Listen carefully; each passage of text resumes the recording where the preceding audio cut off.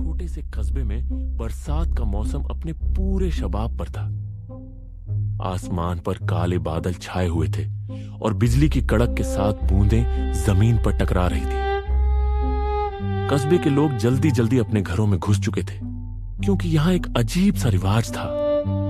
सूर्यास्त के बाद कस्बे के बाहर वाली पुरानी हवेली की तरफ कोई नहीं जाता था।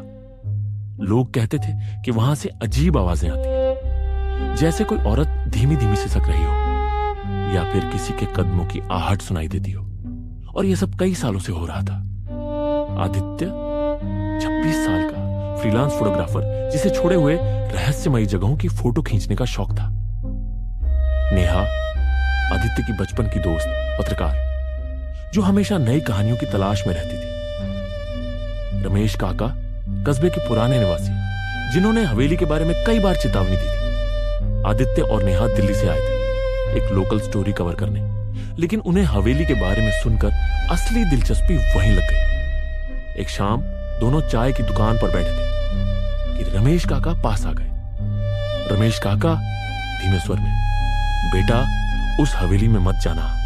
वहां जाने वाले वापस तो आते हैं, पर जैसे पहले थे वैसे नहीं रहते। कोई पागल हो जाता है तो कोई बोलना बंद कर देता है। नेहा ने हंसते हुए कहा, काका ये तो सिर्फ अफवाह होगी, हम तो बस फोटो खींचने जाएंगे। रमेश काका का चेहरा एकदम गंभीर हो गया। अफवाह नहीं है बेटा, मैंने अपनी आंखों से देखा है। लेकिन दोनों ने उनकी बात को हल्के में लिया। अगले दिन शाम के समय दोनों हवेली पहुंचे।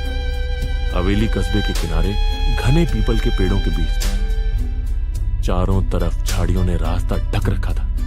दरवाजा पुराना लकड़ी का था, जो हल्की हवा में चर्र की आवाज कर रहा था। अंदर कदम रखते ही एक ठंडी लहर उनके शरीर में दौड़ गई। दीवारों पर पुराने फटे हुए पेंटिंग्स थे। एक कोने में टूटा पियानो रखा था, जिसकी एक चाबी अपने आप टिंग की आवाज कर उठी। नेहा ने कैमरा ऑन किया, लेकिन स्क्रीन पर अचानक स्टैटिक जैसा दिखने लगा, जैसे कोई अदृश्य चीज कैमरे को डिस्टर्ब कर रही हो। हवेली में अंदर जाते जाते अंधेरा बढ़ गया। बाहर की बारिश की आवाज दूर लग रही थी, लेकिन हवेली के भीतर टप टप पानी टपकने की आवाज गूंज रही थी। आदित्य ने ऊपर की तरफ देखा।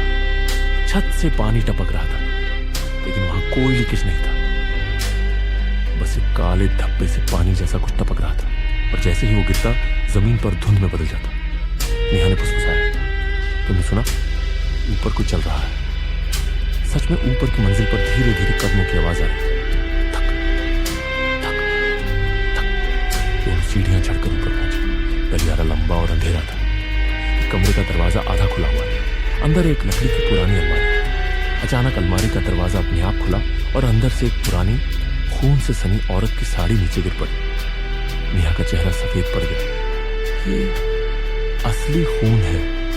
इतने में कमरे के कोने से सिसकने की आवाज आई, बिल्कुल वैसी जैसी लोगों ने हवेली के बारे में बताई थी। नेहा ने टॉर्च घुमाई, लेकिन कोना खाली था।